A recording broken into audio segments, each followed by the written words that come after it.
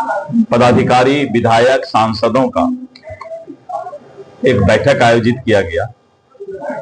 जैसा कि मालूम है कि भारत के लोकप्रिय प्रधानमंत्री श्री नरेंद्र मोदी जी मधुबनी जिला 24 अप्रैल को आ रहे हैं और 24 अप्रैल को वो पंचायती राज के प्रतिनिधि एवं आम जनता को संबोधन करेंगे। 10 जिला के लोग इस कार्यक्रम में शामिल होंगे। सीतामढ़ी, शिवहर, दरभंगा, मधुबनी, समस्तीपुर, मुजफ्फरपुर, सहरसा, सुपौल और ऐसे अररिया और इन जिलों के लोग मतदाता इस सभा में आएंगे।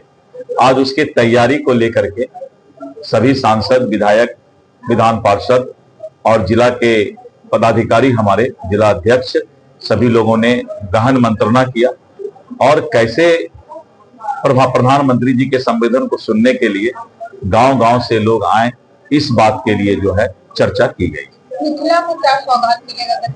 देखिए, प्रधानमंत्री जी अभी कुछ दिन पहले ही दरभंगा में आकर एम्स का सौगात दिए थे। इस बीच में संसद में आपने देखा कि यहाँ पर मखाना बोर्ड मिला और अभी आपने सुना है कि यहाँ पर मधुबनी को हवाई पट्टी भी मिलने जा रहा है।